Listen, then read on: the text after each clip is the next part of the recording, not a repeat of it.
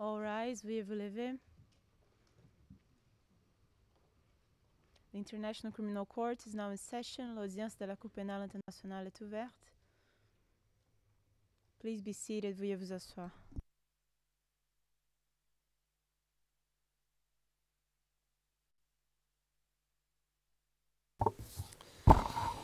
Good morning, bonjour. Good morning, everyone. Good morning, Mr. Said. Mr. Court Officer, would you please call the case? Good morning, Mr. President, Your Honours.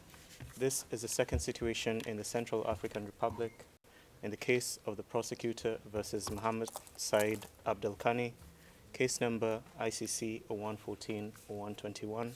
And for the record, we are in open session. Thank you very much.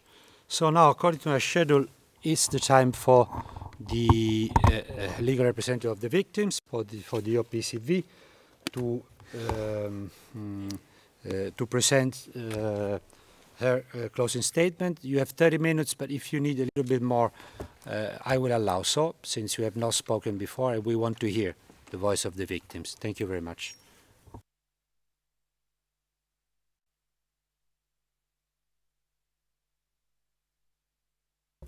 Merci, Monsieur le Président. J'essaierai de m'en tenir aux 30 minutes que vous m'avez octroyées. Peut-être 1 ou 2 minutes supplémentaires, mais je pense que les 30 minutes me suffiront. Monsieur le Président, Madame et Monsieur les juges, j'ai déjà rappelé les crimes que Monsieur Saïd est soupçonné d'avoir commis dans mes déclarations liminaires et je n'y reviendrai pas. Il en va de même pour la victimisation. Ces crimes s'inscrivent dans le cadre de la réalisation d'un plan commun ou d'un dessein commun visant à prendre pour cible les partisans présumés de Bozizé dans Bangui et à commettre les crimes visés dans le document contenant les charges à l'OCRB et au CEDAD. Ce plan commun a été mis en œuvre dans le cadre de la poursuite de la politique plus globale de la Seleka qui visait à maintenir l'organisation au pouvoir. L'existence de cette politique a été confirmée mercredi matin par la défense elle-même.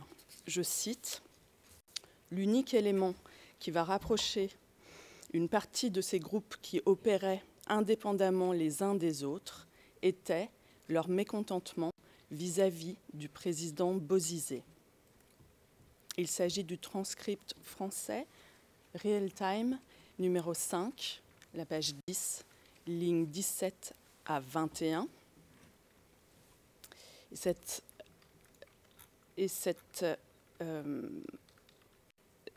Qui a été confirmé aux pages 17 et 18, quand la défense a repris à son compte les explications d'un expert de l'accusation dans l'affaire Yekatom et Gaïssona.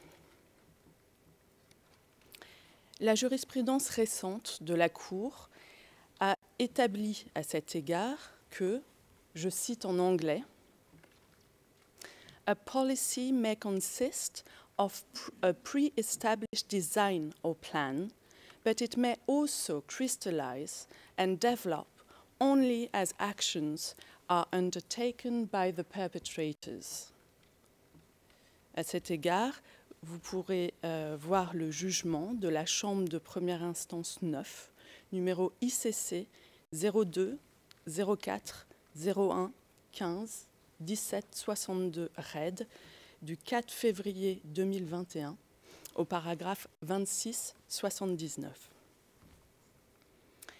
Madame, Messieurs les juges, malgré les efforts de la défense de M. Saïd, de nous, de vous, persuadés qu'aucun plan commun n'existait, les éléments de preuve versés au dossier par l'accusation démontrent qu'un tel plan a bien été conçu et mis en œuvre et que M. Saïd y avait un rôle essentiel en tant que colonel de haut rang au sein de la Seleka, chef de facto à l'OCRB, supervisant le fonctionnement du centre de détention, puis en tant que commandant des opérations au CEDAD. M. Saïd savait M. Saïd a encouragé et supervisé la commission des crimes à l'encontre des victimes. M. Saïd n'a rien fait pour les en empêcher, quand il ne les a pas commis lui-même. Et c'est, paradoxalement, derrière ce rôle, ce statut au sein de la Seleka, que la défense semble se cacher pour forcer la Chambre à détourner son regard du suspect, pour le fixer uniquement sur ceux que la défense qualifie comme étant les plus hauts responsables. Elle va encore plus loin et accuse le bureau du procureur de ne pas avoir mené d'enquête sincère, car elle met en avant la responsabilité de M. Saïd et non des autres membres de la Seleka. Je fais référence au transcript français Real Time numéro 4, de la page 43 à la page 45. Alors oui, la défense a essayé de nous faire croire que M. Saïd ne devrait pas être poursuivi devant la Cour et que ses supérieurs hiérarchiques y ont plus leur place. C'est absurde, Monsieur le Président, Madame et Messieurs les juges. Je l'ai expliqué mardi. Cette audience de confirmation des charges est un pas important vers la reconstruction des victimes qui attendent des explications sur le sort qui leur a été réservé depuis trop longtemps. Bien évidemment, les victimes accueilleraient favorablement la poursuite de suspects des Seleka de plus haut rang encore. Mais leur absence aujourd'hui dans le box des suspects n'exonère en rien M. Saïd, contrairement à ce que la défense a vainement tenté de nous expliquer. Voir par exemple le transcript français numéro 4, page 34, 43 et 44. Je note incidemment que si la défense a vainement tenté de démontrer la désorganisation de la Seleka, point sur lequel je reviendrai tout à l'heure, elle n'a jamais contesté l'appartenance de M. Saïd à cette organisation, ni, a fortiori, son rôle dans la dite organisation, et plus précisément à l'OCRB ou au CEDAD, aux dates visées par les charges. Peut-être M. Saïd serait-il le seul membre de cette organisation à n'avoir pas fait preuve d'opportunisme en changeant de groupe en fonction de l'évolution des événements.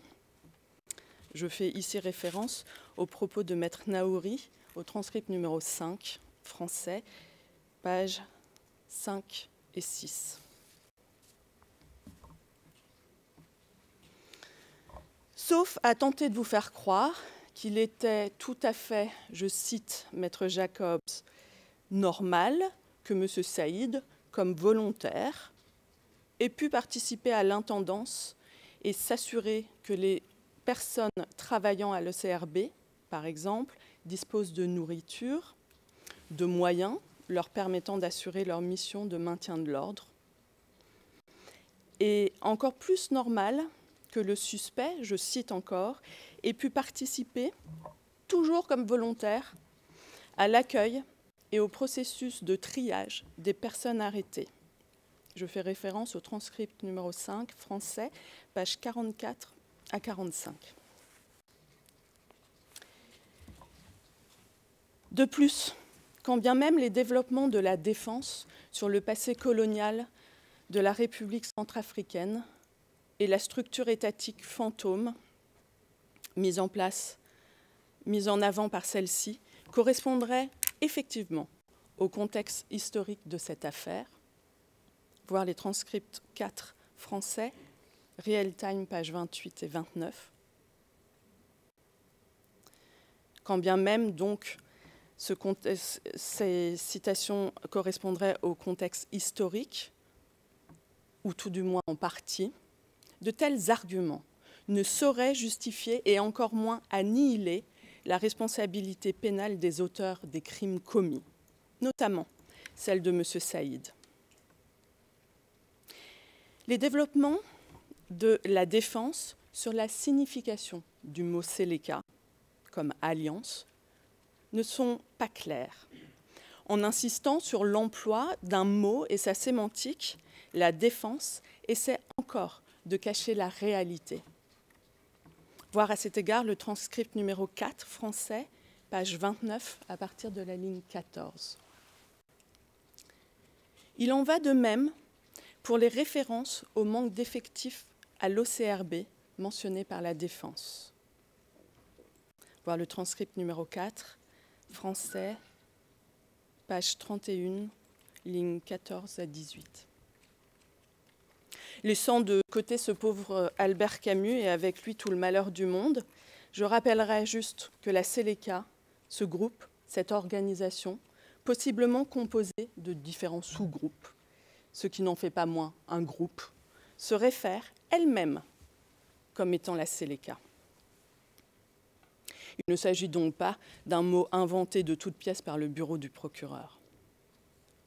Incidemment, il est intéressant de noter qu'en se plaignant que les plus hauts responsables de cette même Seleka ne sont pas dans le box des suspects à la place de leurs clients, la Défense contredit elle-même sa propre théorie selon laquelle il n'y aurait pas de Seleka, pas de groupe, pas d'organisation et pas de structure.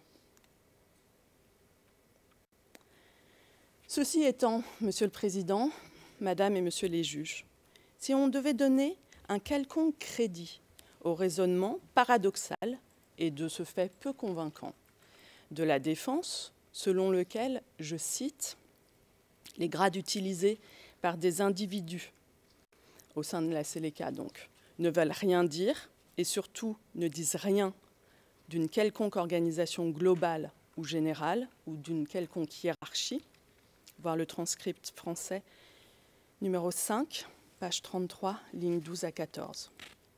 Donc si on devait donner un quelconque crédit à cette affirmation, cet argument concernant l'inculpation des plus hauts responsables auxquels je viens de faire référence à la place de M. Saïd doit être écarté in limine.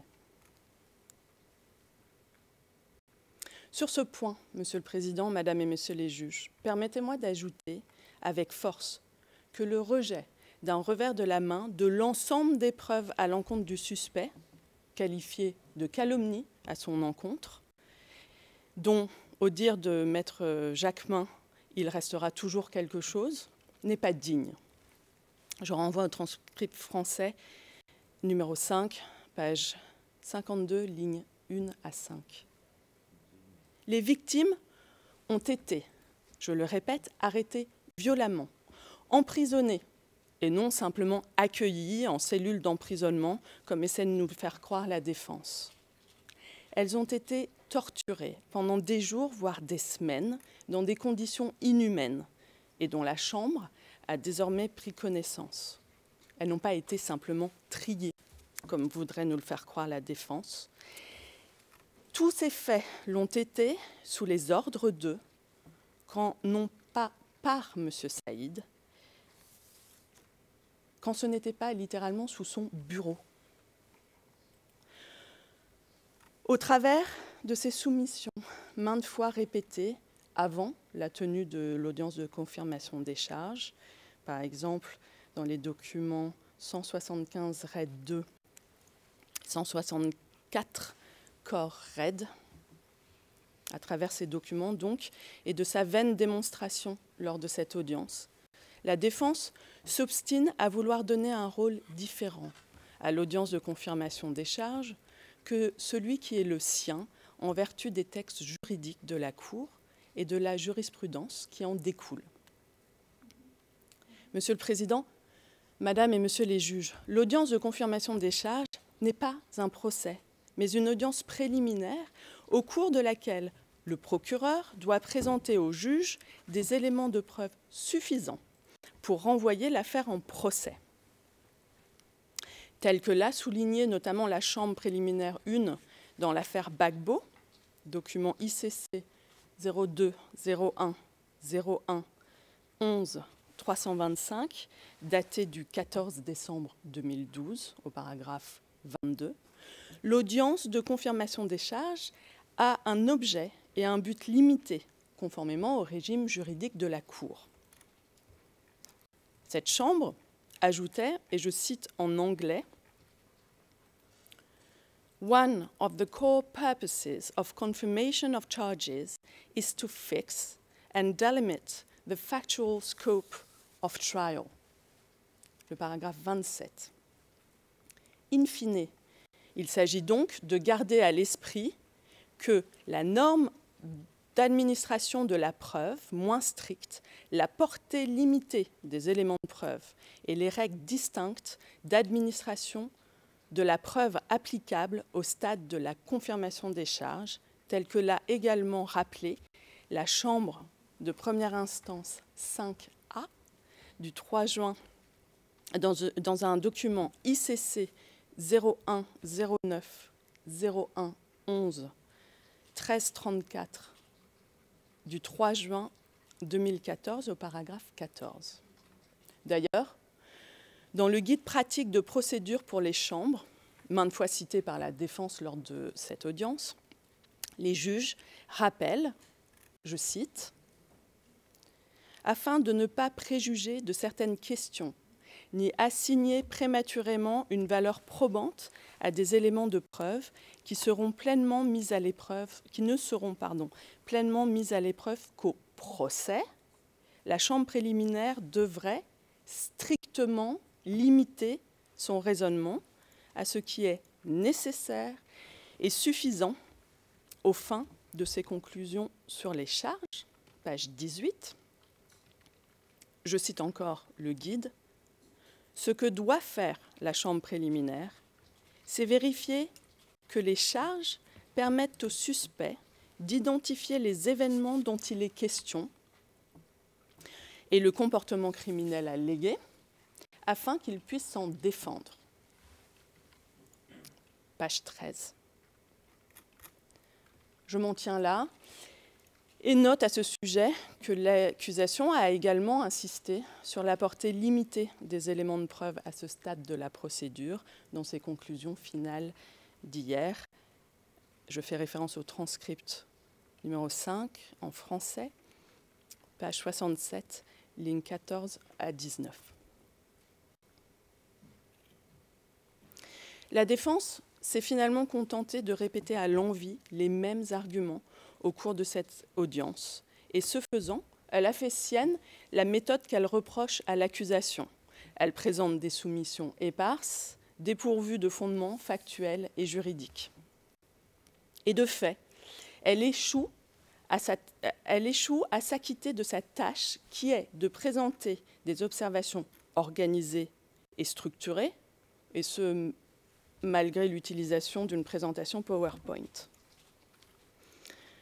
Ce faisant, la défense s'est contentée de faire part de sa lecture de l'histoire, sans jamais apporter d'éléments probants permettant de remettre en cause les éléments de preuve de l'accusation. À cet égard, la défense s'est référée à la fonction corrective et au bilan fait des procédures tenues avant l'audience de confirmation des charges, comme c'est son droit, en vertu de la règle 122.3 du règlement de procédure et de preuve. La défense a souligné la nature essentielle du document contenant les charges et du mémoire de préconfirmation comme base de son travail, et s'est empressé d'alléguer à cet égard un manque de clarté de ces deux documents et l'absence de démonstration faite des allégations qui y sont contenues. Je fais référence au transcript numéro 4, français, pages 37 et 38. Puisque la défense s'est livrée elle-même à un exercice de comparaison, je souhaite souligner qu'elle a bénéficié dans cette affaire d'un document contenant les charges extensifs et détaillés, accompagné d'une liste d'éléments de preuve et d'un mémoire de préconfirmation, ce qui constitue bien plus que les obligations statutaires de l'accusation. Je me bornerai donc à noter que les arguments de la défense fondés sur la difficulté de naviguer à travers un grand nombre d'éléments de preuve sont sans fondement. Quant à ces arguments portant sur le défaut de spécificité et le flou entourant les documents précités, à défaut de démonstration étayée de leur existence, ces derniers se retrouvent eux aussi sans fondement. Mais il ne revient ni à vous, Monsieur le Président, Madame et Messieurs les juges, ni à l'accusation ou aux victimes de se substituer à la défense, qui s'est contentée de pointer du doigt des déficiences alléguées, sans pour autant tenter d'expliquer la nature des manquements allégués de l'accusation et des conséquences de ces derniers sur le travail de la défense et sur le déroulé de l'audience de confirmation des charges. Finalement, sur ce point, il est également édifiant de constater que la défense, manifestement à court d'arguments et peu concernée par la validité de ses affirmations, se replie sur l'utilisation de citations incomplètes, extraites de leur contexte, pour leur donner une signification qui sert sa lecture des événements, quitte à les vider de leur sens et à induire la Chambre en erreur. Je ne reviendrai pas sur l'exemple relevé hier par l'accusation concernant le rapport de la commission d'enquête des Nations Unies, voir le transcript numéro 5 en anglais, page 81-82. Je cite la transcription anglaise parce que cette partie n'est pas complète dans la transcription française à la page 70.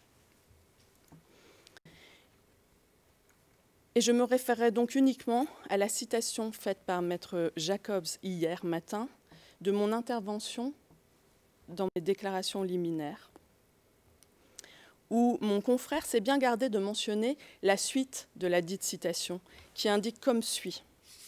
Les victimes ont été détenues, je cite donc, dans des conditions inhumaines, simplement parce qu'elles habitaient dans certains quartiers de Bangui, connus pour être des bastions de Bozizé en 2013, parce que certaines d'entre elles étaient d'origine ethnique Baya ou Banda, parce que certaines d'entre elles étaient de confession chrétienne, ou parce que certaines d'entre elles avaient exercé leur métier sous l'administration renversée, et la suite de ma citation, et parce que les Séléka considéraient que cela faisait d'elles des personnes acquises à la cause de Bozizé.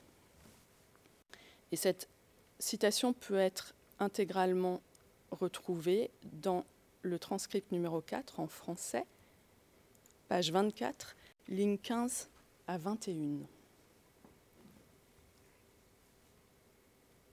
Monsieur le Président, Madame et Messieurs les juges, la défense conteste par ailleurs la qualification juridique retenue par l'accusation sous le chapeau de l'article 7.1k du statut de Rome. Article dont l'interprétation serait, d'après elle, controversée et demande que ce crime soit écarté in limine pour manque de précision. Je fais référence au transcript numéro 4, français, pages 39 et 40. La défense suggère que le recours à cet article ne devait être qu'exceptionnel, au risque qu'il ne devienne une catégorie fourre-tout. Or, à cet égard, il suffit de se référer aux travaux préparatoires du statut de Rome, par exemple l'annuaire de la Commission du droit international de 1996, volume 2, partie 2, page 53, paragraphe 17, ou simplement à la jurisprudence de cette Cour, laquelle confirme que loin de constituer une catégorie fourre-tout, des critères stricts encadrant cette catégorie résiduelle de crimes ont été mis en place et sont appliqués. La Chambre de première instance 9 a récemment mis en avant ces garde-fous dans le jugement rendu dans l'affaire Ongwen le 4 février 2021. Voir le document ICC 02 04 01 15 17 62 RED au paragraphe 2741 à 2753. L'une des conclusions mises en avant par cette Chambre est notamment applicable à la présente affaire. Je cite le paragraphe 2744 en anglais, tout en vous référant également à la note de bas de page associée, la note numéro 7205. Donc je cite en anglais.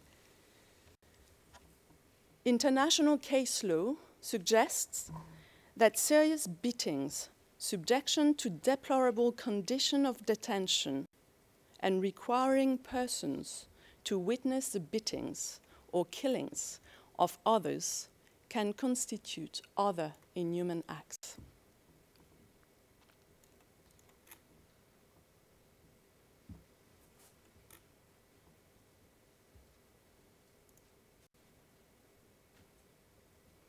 En ce qui concerne la spécificité de ces crimes, la Chambre continue, je cite le paragraphe 2747, en anglais toujours, « The Chamber can enter a conviction under Article 7(1)k if the perpetrator inflicts great suffering or serious injury to body or to mental or physical health by means of a course of conduct which, despite comprising also acts falling under one or more of the enumerated crimes, is in its entirety not identical, but nonetheless similar in character, in terms of nature and gravity, to those enumerated crimes.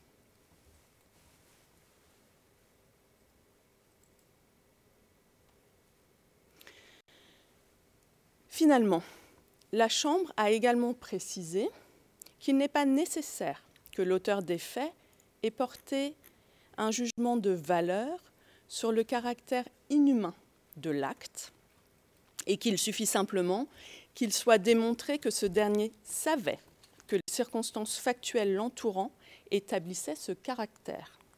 Il s'agit du paragraphe 2753, toujours du jugement dans l'affaire Ongwen.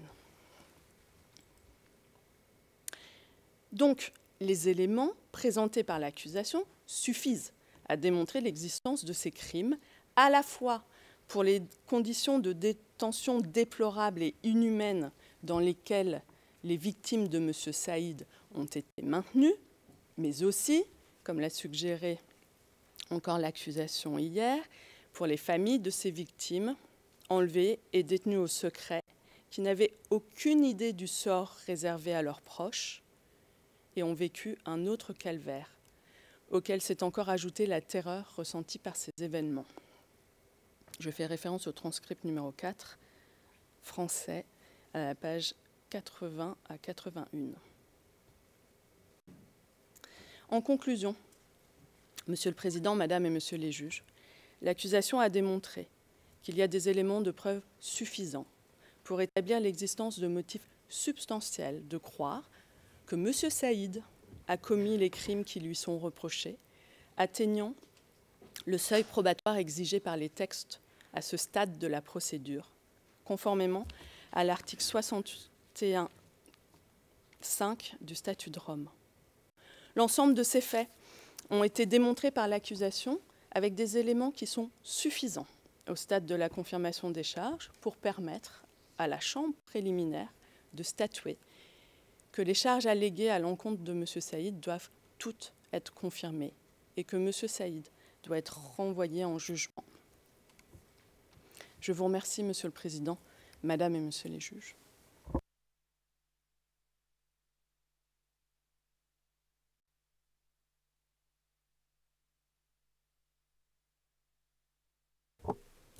Thank you very much, Madam Counsel, for your PCV. Now, this leads us to the final statements for the defense. Madam Counsel, the floor is yours.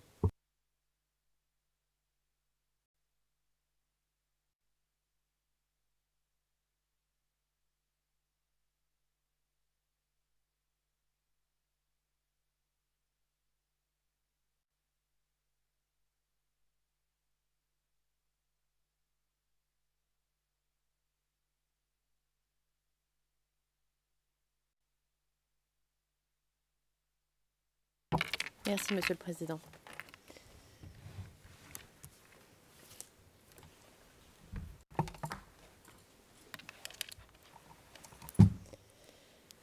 Monsieur le Président, Madame, Monsieur les juges, après avoir lu dans le détail le DCC, le PCB, et après avoir écouté attentivement l'accusation, nous posons la question de la recherche de la vérité. Est-ce que la réalité que l'accusation a prétendu donner à voir à la Chambre s'approche de la vérité de ce qui a pu se dérouler en RCA entre mars et décembre 2013? Et c'est une question fondamentale, parce que la manière dont l'accusation a cru comprendre la situation a des conséquences importantes. C'est sur la base de sa compréhension de la situation qu'un mandat d'arrêt a été délivré contre M. Saïd. C'est aussi sur sa perception des rapports sur le terrain que s'explique le choix de l'accusation de faire porter ses efforts contre des membres de rang subalterne, de ce qu'elle perçoit comme faisant partie d'une structure Seleka, sans pour autant s'intéresser aux plus hauts responsables du gouvernement de transition du président de Toja.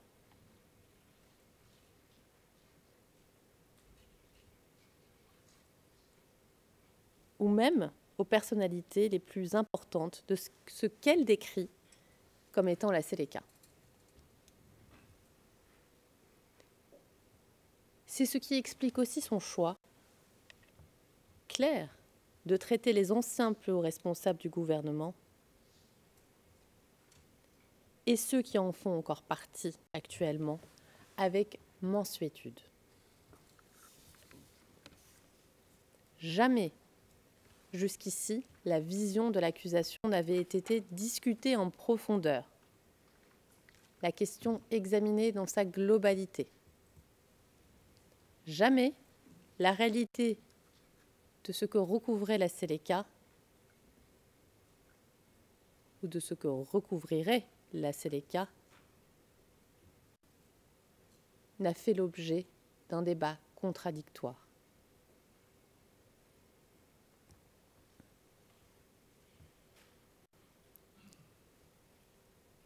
Jamais la qualification de la situation en RCA entre mars et septembre 2013 n'avait été débattue devant les juges de la Cour. Jamais l'existence, ou plus précisément l'absence, d'un conflit armé pendant la période de mars à septembre 2013 n'a fait l'objet d'un débat contradictoire. Jamais le fonctionnement de la structure de l'État de RCA sous le gouvernement du président de Toja n'a été discuté.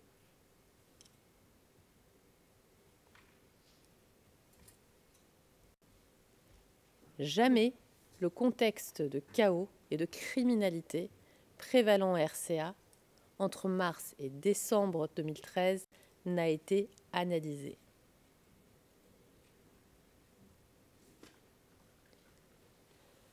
L'accusation pouvait exposer ses thèses sans crainte d'être contredite. Faute de débat contradictoire, la Chambre n'a pas eu l'occasion d'en juger la pertinence, le bien fondé. C'est désormais chose faite. Nous avons, lors de cette audience, discuté des présupposés de l'accusation. Chacun de ses raisonnements, les éléments de preuve qu'elle a présentés et les conclusions qu'elle en tire. Alors, que vous dit l'accusation ? Elle nous dit que l'examen minutieux de la crédibilité des témoins à ce stade de la procédure n'est pas nécessaire.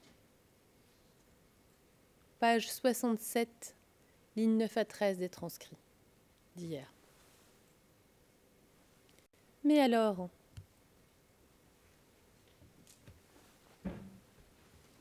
l'audience serait-elle une mascarade de débats contradictoires ?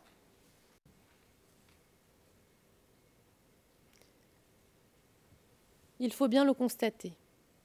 À l'issue de cet examen approfondi, il ne reste rien de sa construction de départ. Tout l'édifice soigneusement construit s'est écroulé. Pourquoi ? Parce qu'il était construit sur des fausses prémices, des a priori, sur des amalgames historiques, culturels, politiques. La démonstration de l'accusation repose sur deux piliers. D'une part, l'affirmation que la Seleka existe comme un groupe organisé et structuré, capable de répondre à une chaîne de commandement. D'autre part, que le gouvernement de transition de Michel de Todja est en réalité une structure, selon elle, Seleka, et elle entretient à dessein la confusion entre ce que serait la Seleka et ce que serait le gouvernement. Sur la base de ces deux piliers, l'accusation prétend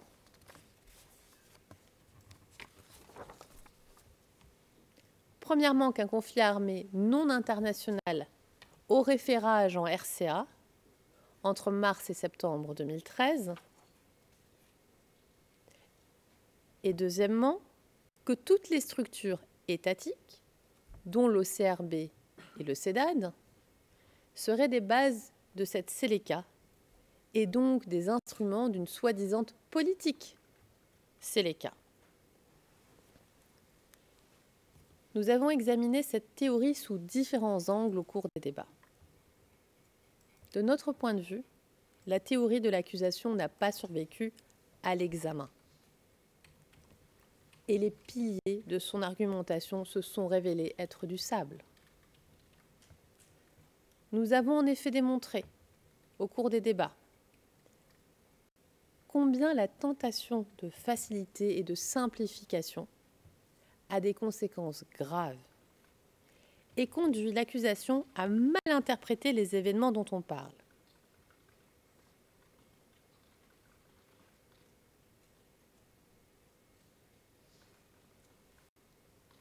Commençons par les soubassements du raisonnement. Tout d'abord, l'accusation ignore le contexte dans lequel s'inscrit la création d'un rassemblement éphémère entre groupes civilo-politico-armés, ce qui l'induit en erreur. Pour tous les spécialistes de la RCA, la création de groupes civilo-politico-armés, dès le début des années 2000, est motivée avant tout par des intérêts économiques locaux.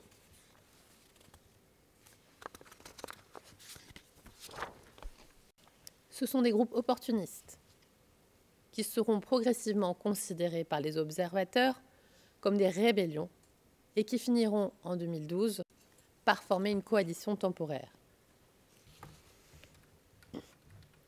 Que nous dit l'accusation sur ces groupes ? Rien. Rien dans le DCC, rien dans le PCB, rien non plus à l'audience. Nous avons entendu parler des anti-Bozizé et des anti-Balaka, tant pendant la présentation de l'accusation que lors du discours de clôture. Elle nous a fait une longue présentation concernant ces groupes armés.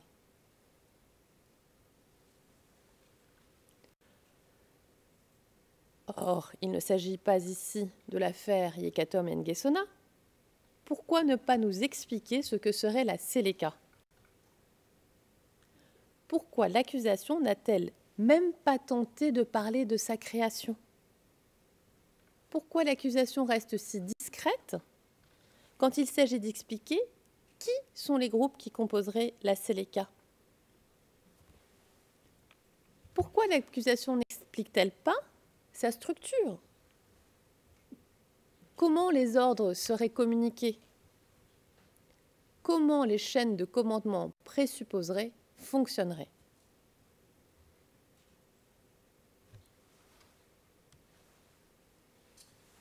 Pourquoi se contente-t-elle de se référer de manière lapidaire à quelques groupes sans jamais expliquer comment ces groupes fonctionneraient ensemble. Parce qu'en choisissant d'ignorer ces éléments, l'accusation peut ignorer le nombre important de ces groupes, les luttes internes.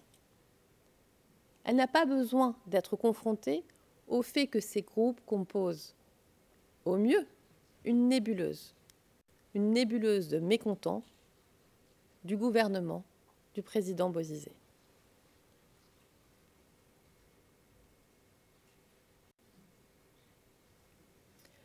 Alors, pour contourner cet obstacle, l'accusation préfère présupposer l'existence de la coalition.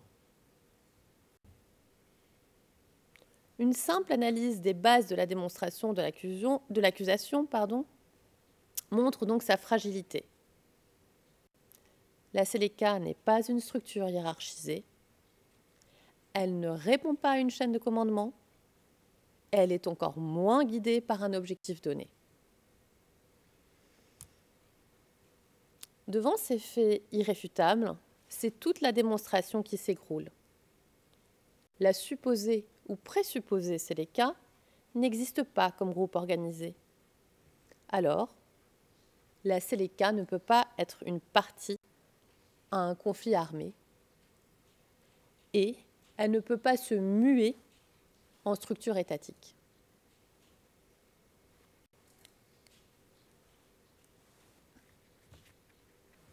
Surtout l'absence d'un conflit armé entre mars et septembre 2013,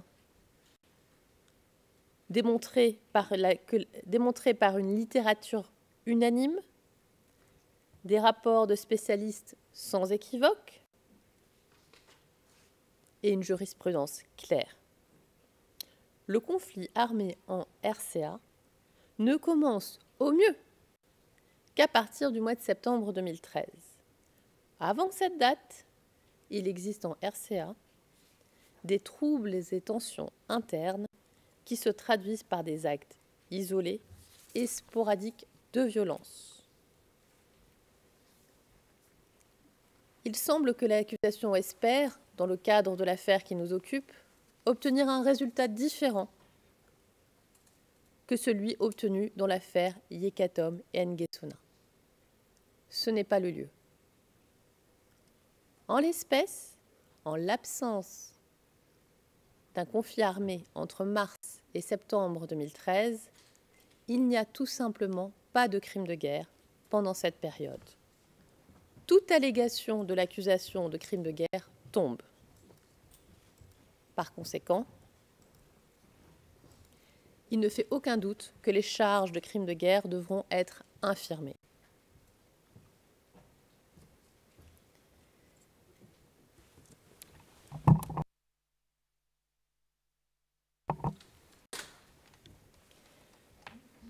Il nous reste alors à nous intéresser à l'allégation selon laquelle des crimes contre l'humanité auraient été commis. À ce propos, il convient donc de s'intéresser au gouvernement de transition du président de Toja. Il convient de noter ici un effort incompréhensible de l'accusation pour tenter de prouver l'existence d'une politique. Politique qui serait conçue par la Séléka et exécutée par la Séléka et par les structures étatiques. L'accusation s'appuie sur l'idée que la Séléka serait l'État et que par conséquent, l'OCRB et le CEDAD seraient des bases de la Séléka.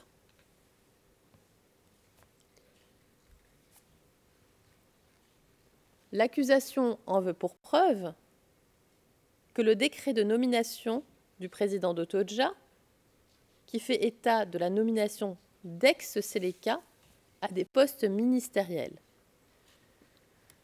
ce qui renforcerait ainsi, selon l'accusation, la position des anciens leaders Séléka, qui lui étaient, dit l'accusation, dévoués et qui écoutaient ses ordres. Or, nous l'avons vu. Non seulement le gouvernement du président de Toja est un gouvernement d'union nationale,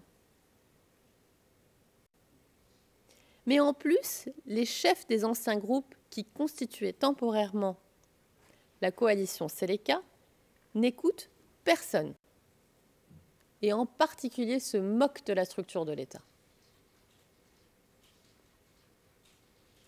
Il n'a donc à aucun moment été démontré par l'accusation, ni la poursuite de la coalition Seleka, et encore moins qu'une forme quelconque de cette ancienne coalition serait absorbée dans la structure d'État.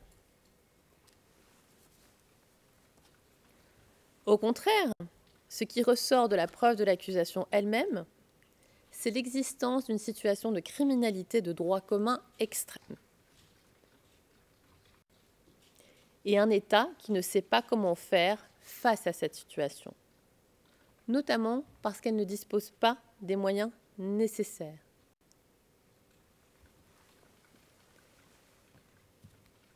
C'est dans ce cadre que l'OCRB et le CEDAD, comme structure étatique, tentent de fonctionner. Nous l'avons démontré. L'OCRB est avant tout un commissariat de police qui doit intervenir dans une période fortement marquée par la criminalité. Les témoins eux-mêmes indiquent qu'il s'agissait habituellement pour l'OCRB de connaître de délits de crimes de droit commun et que les détenus étaient des criminels de droit commun et des personnes se réclamant Seleka qui avaient été arrêtés par des éléments de l'OCRB.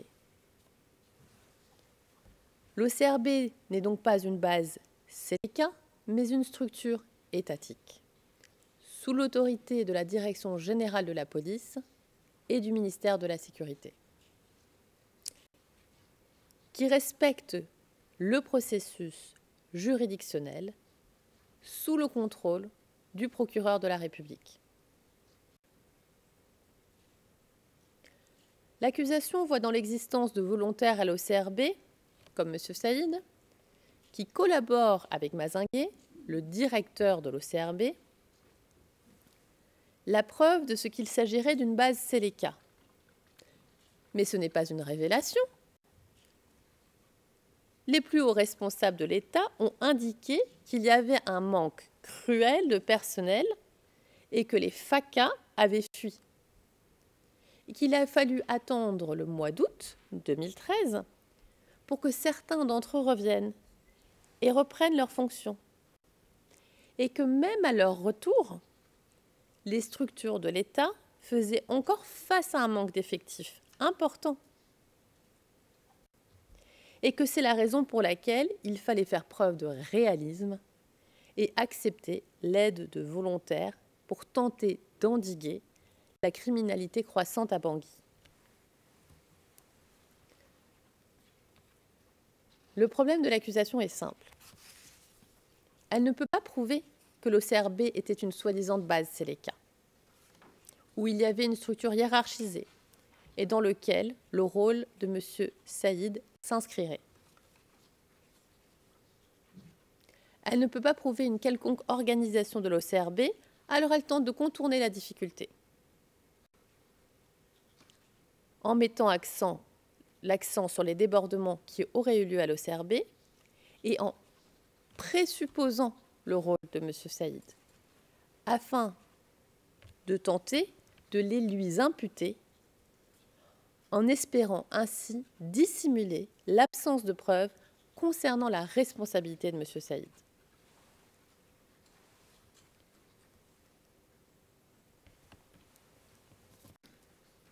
Mais la démonstration de l'accusation ne tient pas, puisqu'il ressort de sa preuve que l'OCRB est un lieu dysfonctionnel, sans structure, et par conséquent qu'il n'est pas possible de présupposer que M. Saïd serait responsable de tout ce qui s'y déroule.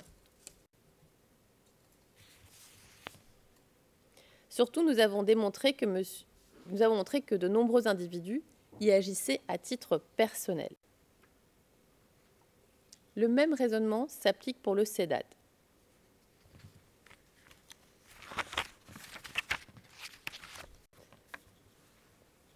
Un mot sur la politique d'un État. L'accusation ne tente à aucun moment d'établir son existence. Pourtant,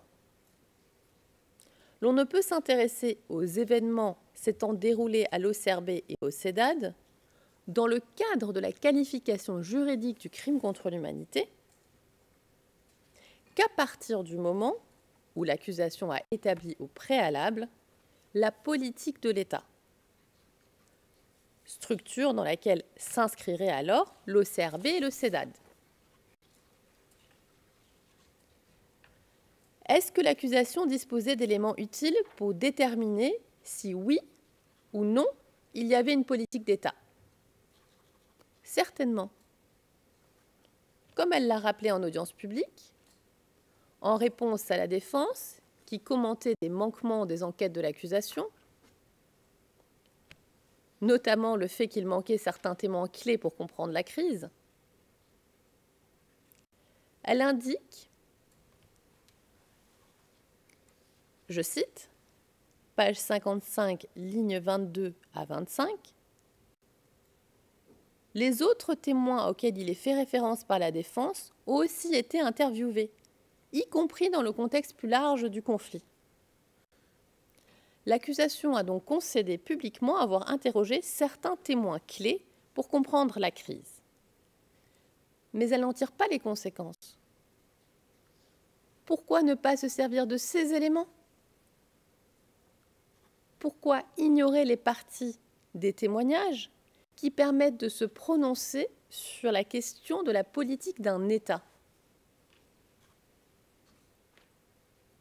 Et pourquoi mettre de côté les témoignages pertinents et même cruciaux de certains témoins rencontrés, comme P1019? Ces témoins sont censés avoir fait partie de la politique de l'État qui devrait permettre, selon l'accusation, d'établir une allégation de crime contre l'humanité. Si tel est le cas, ces témoins sont alors des acteurs de cette politique d'État et ils doivent être poursuivis. Or, à l'incompréhension générale, lors des audiences, l'accusation maintient sa position que les témoignages d'acteurs de premier plan de la crise ne seraient pas suffisants pour des poursuites. À partir du moment où l'accusation ne les poursuit pas, parce qu'elle considère qu'elle n'a pas assez d'éléments contre eux, alors ça revient à dire qu'elle n'a pas assez d'éléments pour établir la politique d'État. Et alors, l'allégation de crime contre l'humanité contre M. Saïd tombe, puisque les faits qui lui sont reprochés doivent s'inscrire dans la logique même de ce qu'allègue l'accusation. Dans la politique de l'État qui existerait lors de la présidence de Michel de Todja. Le procureur les a rencontrés. Le procureur considère qu'ils n'ont pas de rôle dans une politique d'État puisqu'ils ne se servent pas de leurs témoignages. Alors M. Saïd ne peut pas être poursuivi du fait de cette politique. Si ces témoins ne sont pas inquiétés, alors M. Saïd devrait l'être encore moins. L'accusation doit être cohérente. Elle ne doit pas plaider une chose, qui est l'existence d'un crime contre l'humanité, qui suppose l'existence de la politique d'un État, et le contraire, qu'il n'est pas nécessaire de prendre en compte les témoignages des plus hauts responsables politiques pour tenter d'établir la politique de l'État.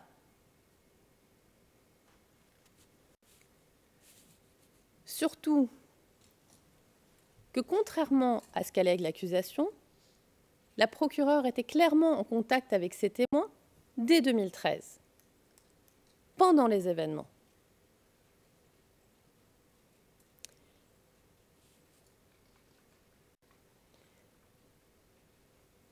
puisque P10-19, que l'accusation a décidé d'ignorer, dit clairement et sans ambiguïté concernant ses rapports avec le bureau de l'accusation: elle m'a prodigué beaucoup de conseils. Il faut éviter des exactions, il faut ramener la paix.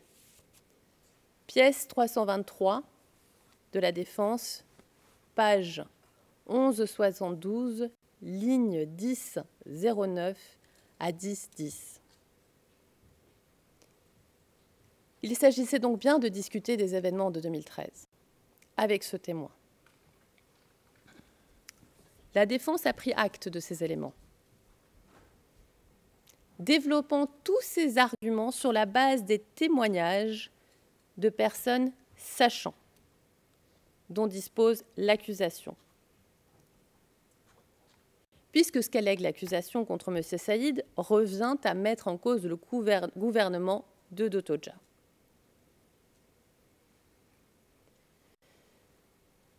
Par conséquent, en l'absence d'une structure Séléka et d'une politique d'État, l'accusation de crime contre l'humanité tombe aussi et ses charges doivent être infirmées.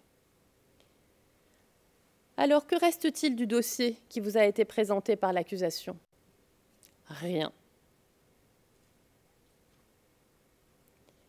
Monsieur le Président, Madame, Monsieur les juges, nous sommes-nous rapprochés de la vérité en écoutant l'accusation?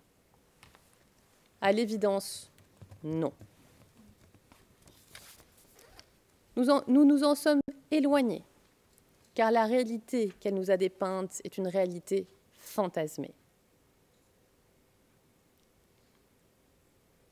Le récit proposé par l'accusation occulte la complexité de la société centrafricaine. Et ce qui prouve la complexité des événements récents s'étant déroulés ces 20 dernières années en RCA, ce sont les nombreuses procédures judiciaires existantes concernant les faits qui s'y seraient déroulés. Notamment la création d'une cour pénale spéciale et le nombre important d'affaires devant la CPI qui concernent cette situation.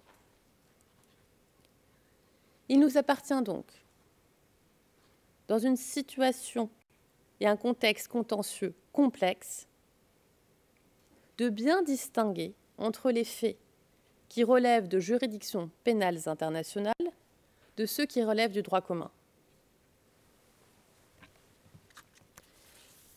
Il nous appartient de donner l'opportunité aux Centrafricains de pouvoir se saisir de leur destin. Et c'est là où cette audience prend tout son poids. Une audience qui, comme le rappelle la jurisprudence, est un mécanisme tendant à protéger les droits de la défense contre des accusations abusives et entièrement infondées. C'est l'occasion parfaite pour refuser de suivre l'accusation qui tente de poursuivre des faits qui ne relèvent pas de juridictions pénales internationales. Il appartient de donner aux acteurs judiciaires locaux le pouvoir de décider de l'opportunité des poursuites et d'établir la vérité judiciaire. C'est à vous, Monsieur le Président, Madame, Monsieur les juges, qu'il appartiendra de rappeler à tous ceux qu'il ne peut y avoir de justice sans vérité. C'est sur les épaules de l'accusation que repose la charge de la preuve, pas sur celle de la défense. La défense n'est pas tenue ici d'apporter les éléments de preuve contraires, mais simplement de montrer que les éléments présentés par l'accusation au soutien de son argumentation ne sont pas suffisants pour justifier une confirmation des charges. L'accusation se paie de mots. Nous avons à nous intéresser aux faits. Les faits découlent de la réalité, et la réalité, elle est là, sous vos yeux. Prenez-en acte. Tirez-en toutes les conséquences. Ne confirmez pas les charges contre M. Saïd, et ce sera justice. Je Je vous remercie.